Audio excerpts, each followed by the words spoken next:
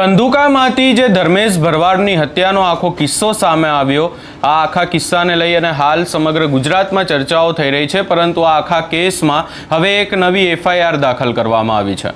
કોણે આ એફઆઈઆર નોંધાવી છે અને કોની સામે એફઆઈઆર નોંધવામાં આવી છે એની વિગતે ચર્ચા કરીશું. નમસ્કાર, હું છું ઉજ્જવલ અને આપ જોઈ રહ્યા છો નિર્ભય ન્યૂઝ. ધર્મેશ ભરવાડની હત્યાનો કિસ્સો આપણને જેટલો સીધો લાગી રહ્યો છે એટલું સીધો આ કિસ્સો છે નહીં, કારણ કે આપણે હજી સુધી આ કેસમાં પોલીસની કાર્યવાહી જોઈ અને પોલીસે બે આરોપીઓ સમીર અને રિઝવાનની ધરપકડ કરી છે. એમનો વરઘોડો નીકાળવામાં આવ્યો. ગઈકાલે ધંધુકામાં મોટા પાયે ડિમોલેશન પણ હાથ ધરવામાં આવ્યું. પરંતુ આ તમામ ચર્ચાઓની વચ્ચે આ જે આખો કેસ છે એ કેસ એક મોટો કેસ છે અને હવે આ આખા કેસમાં એક નવી એફઆઈઆર નોંધવામાં આવી છે. વધુમાં જો ચર્ચા કરીએ તો આખી એફઆઈઆર નોંધાવી છે રુદ્ર કોમ્પ્લેક્સમાં જે હોટલ ગંજ છે અને હોટલ ગંજના માલિક નથુભાઈ મલિક ઉપર હુમલો કરવામાં આવ્યો હતો. જે તે સમયે આખી ઘટના ઘટી હતી અને ઘટના થઈ ત્યારબાદ આપણે જોયું હતું કે અનેક દ્રશ્યો સામે આવ્યા હતા, મારામારીના, તોડફોડના, અને આ તમામ દ્રશ્યો સામે આવ્યા બાદ અનેક સીસીટીવી પણ વાયરલ થયા હતા અને હવે 10 થી 12 લોકોના ટોળાની સામે આ આખો જે એફઆઈઆર, નવી એફઆઈઆર નોંધવામાં આવી છે. વધુમાં જો ચર્ચા કરીએ તો હોટલ ઉપર હુમલો કરી અને હોટલ બંધ કરાવવાની ધમકી આપી, ગાળાગાળી કરી અને તોડફોડ કરવાનો મામલાને લઈ અને એફઆઈઆર નોંધવામાં આવી છે.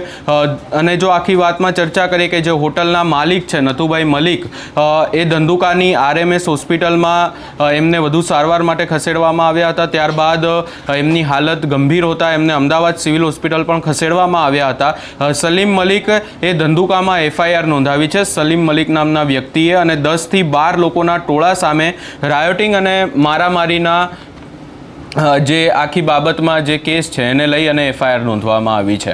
હવે જો વધુમાં ચર્ચા કરીએ અને ખાસ કરી અને ધંધુકામાં પોલીસની કાર્યવાહી આપણને બધાને ખબર છે કે બુલડોઝર કાર્યવાહી પણ કરવામાં આવી, વરઘોડો નીકાળવામાં આવ્યો, પરંતુ આખા કેસમાં હવે નવો વળાંક આ એફઆઈઆરથી આવ્યો છે, કારણ કે 10 થી 12 લોકોની સામે જે પોલીસ દ્વારા હવે કાર્યવાહી કરવામાં આવી છે આખા કેસમાં. અને આ માત્ર ને માત્ર આ જે હોટલ ગંજનો એક કિસ્સો નથી, પરંતુ ત્યાં અનેક એવા વિસ્તાર છે કે જ્યાં તોડફોડ કરવામાં આવી છે, આગચંબી કરવામાં આવી હતી. એટલે હવે આ આખી બાબતો પણ સામે આવી રહી છે અને આ બાબતને લઈને પણ પોલીસ કાર્યવાહી કરી રહી છે. એટલે આ જે આખો કેસ છે જેટલો સીધો કેસ લાગી રહ્યો છે એટલો સીધો નથી અને આ આખા કેસમાં એસઆઈટીની રચના કરવાની પણ વાત કરવામાં આવી છે, કારણ કે આ આખો કેસની જો શરૂઆતથી ચર્ચા કરીએ તો કેવી રીતે બંનેની વચ્ચે, એટલે કે જે ધર્મેશ ગમારા, જે ધર્મેશ ભરવાડ છે અને એની સામેના જે વ્યક્તિઓ છે એમની વચ્ચે કેવી રીતે બબાલ થઈ હતી, કઈ જગ્યાએ આખી જે બનાવ સામે આવ્યો તો ઓવરટેક કરવા માટેનો બનાવ ક્યાં સામે આવ્યો હતો, ક્યાં આખી બબાલ થઈ, કેવી રીતે હત્યા કરવામાં આવી, કોણ એ લોકો હતા કે જેમણે જે ટોળું હતું આખું કે જેમણે તોડફોડ કરી ધંધુકામાં, એના સિવાય પણ અનેક પ્રશ્નો છે. અને આ પ્રશ્નોને લઈ અને પોલીસ દ્વારા જો વાત કરવામાં આવે તો હાલ તપાસ હાથ ધરવામાં આવી છે ને વધુમાં એસઆઈટી એટલે કે જે સ્પેશિયલ ઇન્વેસ્ટિગેશન ટીમ છે એની પણ રચના કરવામાં આવશે એવી ચર્ચાઓ થઈ રહી છે.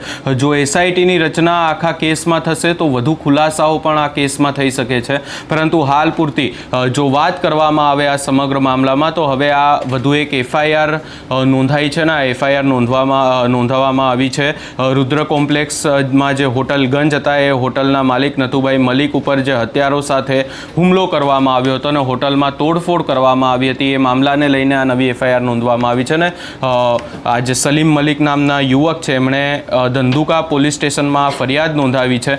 જોવાનું રહેશે કે આ હવે આ જે નવી ફરિયાદ નોંધાવી છે એમાં પણ પોલીસ શું કાર્યવાહી કરે છે, કારણ કે 10 થી 12 લોકોની પોલીસે આ આખા કેસમાં 10 થી 12 લોકોની સામે ગુનો નોંધ્યો છે એવી વાત પણ સામે આવી છે. આ સમગ્ર બાબતે તમારો શું અભિપ્રાય છે એ અમને કમેન્ટ કરી જરૂર જણાવશો ને અમારી ચેનલ નિર્ભય ન્યૂઝને લાઇક, શેર, સબસ્ક્રાઈબ કરવાનું ભૂલશો નહીં.